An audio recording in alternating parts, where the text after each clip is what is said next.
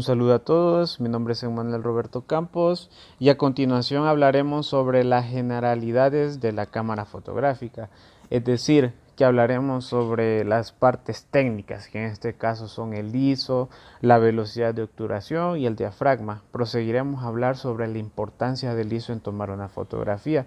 El ISO es un sensor que nosotros utilizamos para tomar las fotos de una mejor forma. Es decir, que tanto el ISO nos puede compensar luz como también nos puede bajar la luz. Por ejemplo, si nosotros utilizamos el ISO al 50 o a 100, por decirlo de alguna forma, podremos tomar una fotografía con mayor detalle. Y también para que aprovechemos el ISO a baja frecuencia, nosotros tenemos que utilizar un flash para compensar esa luz. Normalmente el ISO se utiliza de una manera baja cuando hay un lugar con bastante iluminación. Y cuando hay poca iluminación se utiliza el ISO un poco alto, pero hay un detalle, de que si nosotros utilizamos el ISO muy alto, tenemos la probabilidad de que haya mucho ruido. Así de que en algunos casos no es muy recomendable utilizar el ISO muy alto. Es decir, que nosotros tenemos que cuidar desde obvio los parámetros de la cámara fotográfica.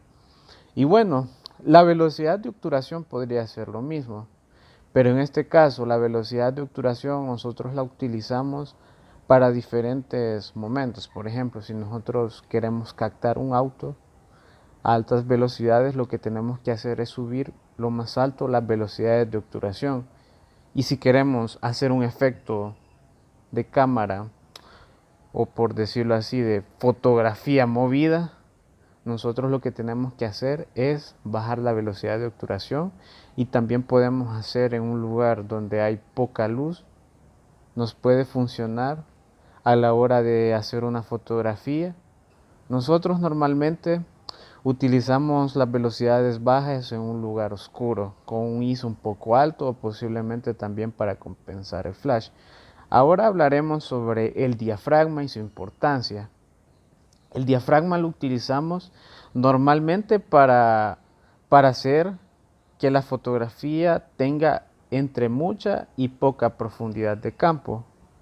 Cuando nosotros utilizamos el diafragma, por ejemplo, a 8.0, ahí hay bastante profundidad de campo, pero también ahí podemos usar como un truco para que en la fotografía se encuentre menos luz, porque el diafragma es como el ojo humano, donde entra mucha luz. Cuando el diafragma está a 8.0, es como que nosotros minimizamos el espacio de entrar menos luz, ¿verdad?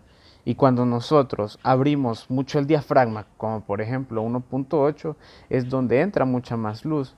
Ese aprovechamiento se utiliza para el famoso efecto desenfocado o efecto bokeh. Normalmente se utiliza en las fotografías de retrato. Y desde obvio nosotros utilizamos ese tipo de combinaciones y parámetros para hacer la fotografía.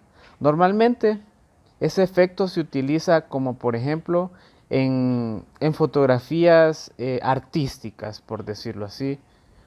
A muchas personas hoy en día les gusta el famoso efecto retrato. Para tener un mayor efecto en esa fotografía, lo que podemos hacer es comprar un lente 50 milímetros.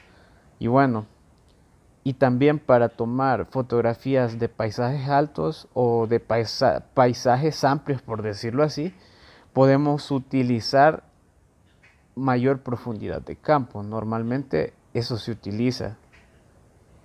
Normalmente también podemos tener una mayor profundidad de campo aún más amplia con un 12.0 para que haya incluso aún más sin ningún desenfoque en el fondo. Y bueno, esas serían las combinaciones primordiales que nosotros utilizamos en un lugar entre mucha y poca luz. Tenemos que tomar en cuenta de que la cámara fotográfica es como que nosotros jugamos a la química, que si no nos alcanza la velocidad de obturación, nosotros utilizamos el ISO para compensar luz, y si hay mucha luz, bajamos el ISO hasta posiblemente lo mínimo. Lo más recomendable, como lo mencionaba anteriormente, es aprovechar al máximo el ISO, por el simple hecho de que así tomamos una fotografía mucho más nítida y con mucho más detalle. Y si estamos en un cuarto oscuro, también podemos utilizar un poco bajas las velocidades de obturación. Desde obvio que la persona o el sujeto fotografiado no se puede mover ningún instante, porque si no va a ver el famoso barrido fotográfico. Y también podemos jugar con el diafragma, con el famoso desenfoque, con el 1.8 para que entre mucha más luz. Así que esa es la técnica que nosotros utilizaríamos a la hora de hacer ese tipo de balances, ese tipo de parámetros para compensar la fotografía.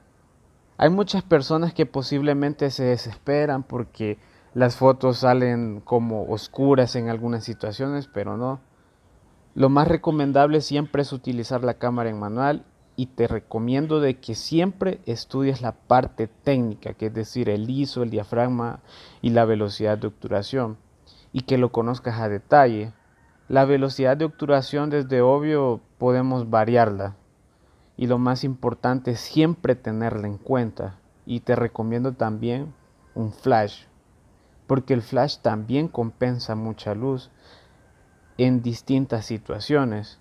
Y bueno, eso ha sido todo. Mi nombre es Emmanuel Roberto Campos y esto ha sido toda la explicación con respecto a los 3 parámetros básicos de la fotografía para compensar luz, y también, desde obvio, tomar fotografías en lugares oscuros y lugares con mucha luz también.